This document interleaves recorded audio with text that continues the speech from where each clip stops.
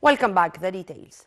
Under the title of Integrating Brains and Machines for a Better World, Prime Minister Dr. Mustafa Madbouli witnessed the inauguration of the 27th round of the International Conference and Exhibition for Technology in the Middle East and Africa on behalf of President Abdel Fattah al-Sisi. We have more details in the coming report.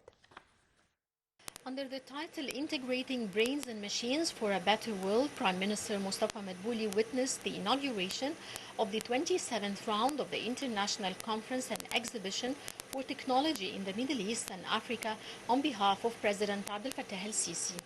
Speaking at the inauguration, Madbouli said the information technology field is a priority on the state's agenda. He said there is keenness to keep up with technological appliances as there is belief in their impact on the development sectors. Following the inauguration, Madbouli inspected a number of pavilions of the exhibition, including those of the Central Bank of Egypt and the Ministers of Justice, Education, Higher Education, Scientific Research, IT and Communications, and Health and Population. The armed forces were also represented at the exhibition through the Unified National Network for Emergency and Public Safety. Madbouli also toured the pavilions of the Arab Authority for Industrialization and the Egyptian Space Agency, as well as the Financial and Digital Investments Company, which gave review of its activities in the field of digital transformation in the governmental sector and expansion plans in neighboring markets. Later, Madbouli held a press conference stressing that the Egyptian human element is of the best with regards to dealing with technology. He was speaking after the inauguration of a number of international companies working in the field of remote services in Egypt. He said Egyptian youth are the cornerstones of technological industries.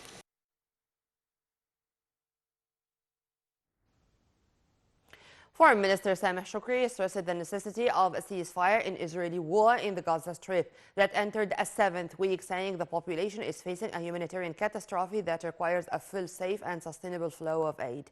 This came at a meeting with Qatari Minister of International Cooperation, Lawa Al-Khatta, who has visited North Sinai's Al Arish and the Rafah cities to ensure the delivery of humanitarian aid to Gaza. Shoukry called on the Israeli occupation forces to stop withholding part of the aid or delaying its entry in purpose in order to create unbearable conditions to the Palestinian people in Gaza. Shoukry expressed Egypt's deep appreciation for Qatar's efforts to solve the humanitarian Gaza crisis and implement an immediate and unconditional ceasefire. Both ministers also renewed their complete rejection of the displacement of the Palestinian people inside or outside the Strip. Foreign Minister Sameh Shoukry, along with a committee formed by the recent Arab Islamic Summit, begins a tour on Sunday to drum up support to ending the Israeli aggression on Gaza and handling the deteriorating humanitarian situation in the besieged enclave. Along with Shoukry, the delegation comprised the foreign ministers from the Palestinian Authority, Saudi Arabia, Jordan, Turkey, Indonesia, as well as the Secretary General of the Organization of Islamic Cooperation. The tour includes a number of UN Security Council member states, beginning with China on Monday. Saudi Foreign Minister Prince Faisal bin Farhan said the tour will be the first step in carrying out decisions reached at a joint Arab and Islamic summit held in the Saudi capital Riyadh on November 11th. Health Ministry spokesperson Dr. Hussein Abdel Ghaffar said Egypt receives 40 to 50 wounded Palestinian children from Gaza on a daily basis. He argued that Egypt has not only received children but also women and elderly cases, adding that 35 ambulances equipped with oxygen and mobile newborn intensive care units are at the borders ready to receive cases. This came as officials said aid continues to pass through the Rafah border crossing into Gaza.